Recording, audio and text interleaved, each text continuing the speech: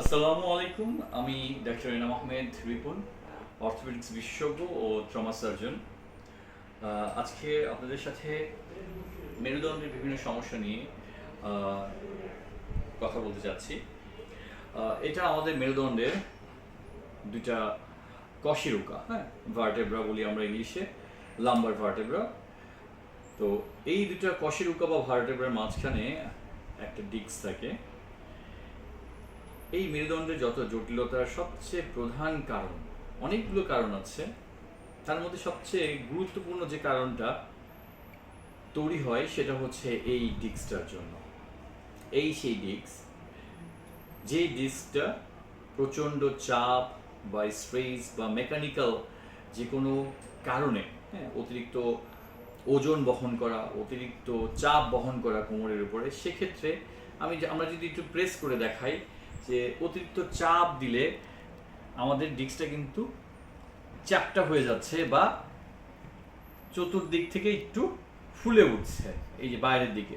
তো ঠিক সেইমভাবে যখন এটা পেছন দিকে ফুলে ওঠে, দেখেন, খেয়াল করেন, তাহলে আমাদের যে সুষুম্না কাণ্ড এবং সেই কাণ্ড থেকে বের হওয়া যে রুটগুলো, এই সেই রুটগুলো আমরা যদি ভালো করে খেয়াল করি, এই সেই রুটগুলো দেখেন, এই রুটগুলোতে গিয়ে সোজা সেই ডিস্কটা এই যে চাপ তৈরি করলো।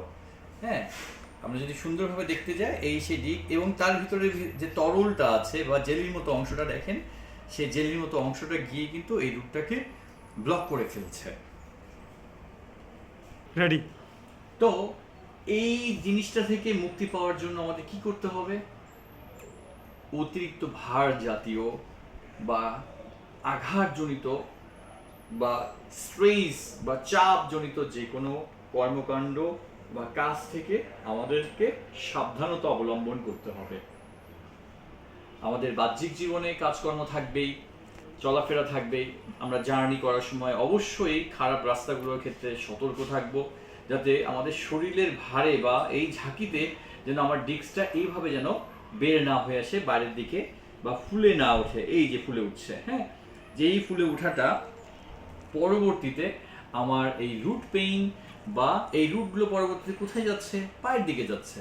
তার মানে আমাদের পেইনটা তখন রেডিয়েট করছে বা রেডিকুলোপ্যাথি ডেভেলপ করছে আমাদের পায়ের দিকে।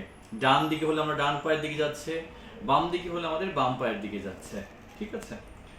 তো আমরা আরো ডিটেলস ইনশাআল্লাহ সামনের ভিডিওগুলোতে আলোচনা করব। এ পর্যন্ত ধন্যবাদ দর্শক। আল্লাহ হাফেজ।